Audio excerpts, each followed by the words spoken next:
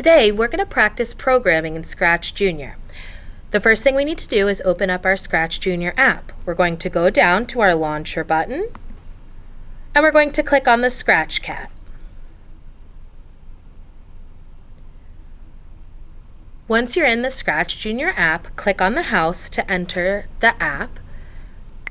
And then we're going to start a new project by clicking on the white piece of paper with the blue plus sign. To choose a background for my project, I'm going to click on the blue sky with the green grass for this project. I'm going to choose the summer background, so I'm going to click on it and then click on the blue check mark at the top. Today, I'm going to code my cat to go from the bottom of the screen and walk all the way across to the tree. So now it's time for me to start programming. I know that I want to start with the green flag. So I'm going to go to my yellow triggering blocks and I'm going to drag out my green flag block. Now I know that I want him to move, so I'm going to go to my blue blocks and I know that I want him to move right and then I want him to jump when he gets to the tree. So I'm going to drag out my move right block. And then I'm going to drag my hop block. I'm going to add my red end block to the end of that program. And now I'm going to click on the green flag to run my code to see what happens. Well, my cat didn't move correctly. They were supposed to move all the way to the tree, but they didn't get very far.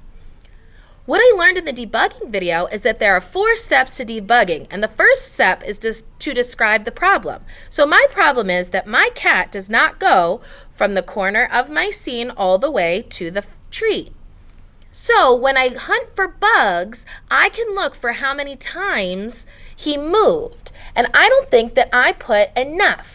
So I'm going to try my solution and I'm going to click on the number 1 and I'm going to change that number to 3 with the keypad.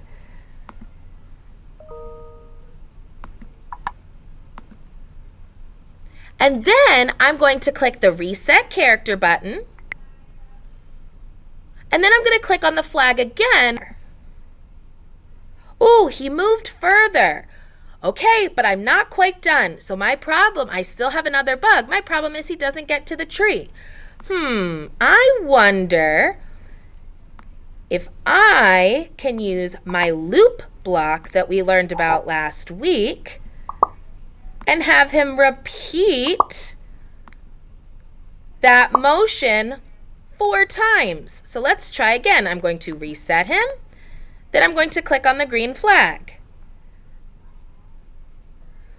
Ooh, so close. I think I need to change my loop 1 more time. Instead of 4, I'm going to make it 5. I'm going to reset my character and try again.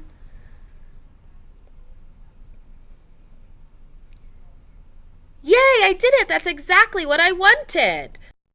The last 2 things we're going to learn how to do today is make our character bigger or smaller and name our project. So the first thing that I'm going to do is show you how to make a character bigger. To make the character bigger, we're going to drag out the grow button. I can click on it 1 time, 2 times, 3 times, however many times to make them as big as I want. If I want the character to be smaller, I can click on the shrink block and drag that to my workspace. And if I click on it 1 time, it makes them smaller 1 more time, 2 times. I think that's the way that I want them in my scene. So they're a little bit bigger than when I started. So I'm going to reset them and click on the green flag to have them move.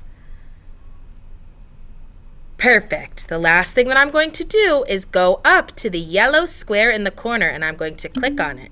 Now I'm going to name my project.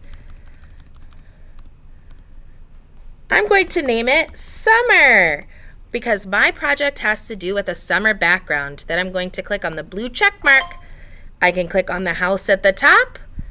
It will save all my work, and now I can see that my project is right there and it has my new name.